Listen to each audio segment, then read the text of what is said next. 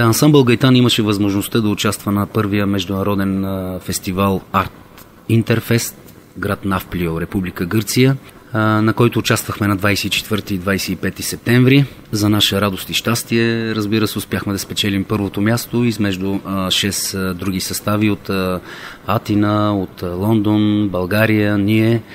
Радост и щастие беше за нас, след като ни обявиха първото място, и това е съвсем нормално.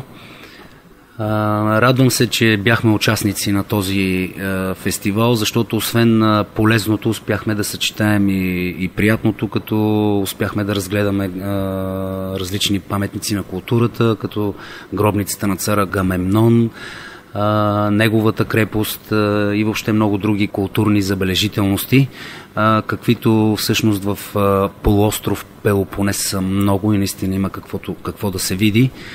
И ние, разбира се, за тези 3 дни престой не успяхме да видим всичко, но това пък ще ни мотивира да участваме и следващата година на второто издание на фестивала и да бъдем отново участници на този танцов форум. Фестивала се проведе в 2 конкурсни вечери, като на първата конкурсна вечер ансамбъла представи танци от нашия район, от Пиринска Македония. Втората конкурсна вечер показахме танци от Северна България и Шуплука, и всичкото това нещо комплексно беше оценено от журито и според мен, без да звучи нескромно, наистина така заслужено първо място. Много добри бяха и другите състави, да кажа малко и за тях. Това, като казвам, Атина, Лондон, България, това всъщност и хубавото, което е, и поздравявам организаторите за това, че те са успяли да поканат състави от различни държави, но това бяха всичките българи, бяхме всичките участници на фестивала бяхме българи, живеещи в различни държави. Така че всичко беше много хубаво.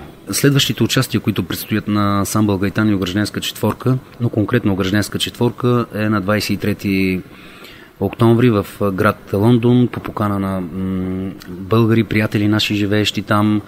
И това, което казах преди малко, такива срещи по фестивали, каквито бяхме в Гърция, нали, срещахме се с приятели българи, които живеят в Лондон. Искрено се надяваме да се получи едно добро шоу, един наистина хубав български купон, ако мога така да кажа.